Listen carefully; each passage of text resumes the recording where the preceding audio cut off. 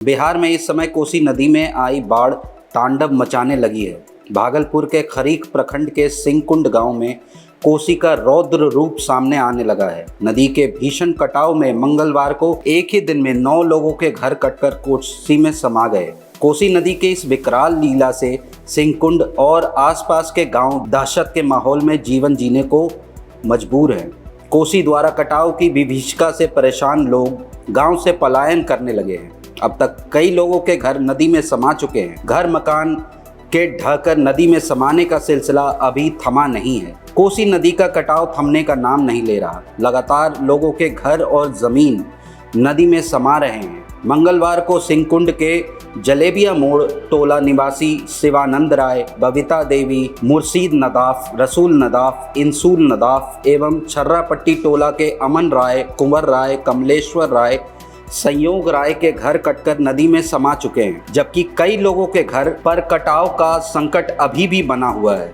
इससे पूर्व भी गांव के 1 दर्जन से अधिक लोगों का घर नदी में समा चुका है। सिंहकुंड गांव में कोसी नदी अभी भी भीषण कहर बरपा रही है। अब तक 1 दर्जन से अधिक मकान कोसी नदी में समा गए हैं। मिट्टी के मकान ही नहीं, पक्के मकान भी देखते ही देखते कोसी में समा जा रहे हैं। बीते 20 दिनों से यहाँ भीषण कटाव हो रहा है। कटाव की रफ्तार इतनी तेज है कि देखते ही देखते 1 सप्ताह में 8 लोगों के घर नदी में समा गए हैं। यहाँ 15 लोगों के घर कोसी के मुहाने पर है, जो कभी भी कटाव की भेंट चढ़ सकते हैं। कटाव की रफ्तार को देख नदी किनारे बसे लोग अपने घरों को छोड़कर सामान के साथ पलायन करने की तैयारी कर रहे हैं। कुछ लोग घर छोड़कर वहां से दूर ऊंचे स्थानों पर चले गए हैं। सभी पीड़ित खुले आसमान के नीचे जीने को विवश हैं।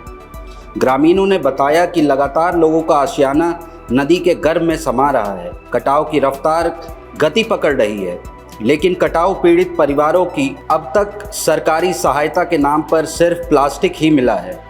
एक भी पीड़ित को अभी तक किसी भी प्रकार की राहत सामग्री उपलब्ध कराई नहीं गई है, जिसके कारण लोगों में भारी आक्रोश है।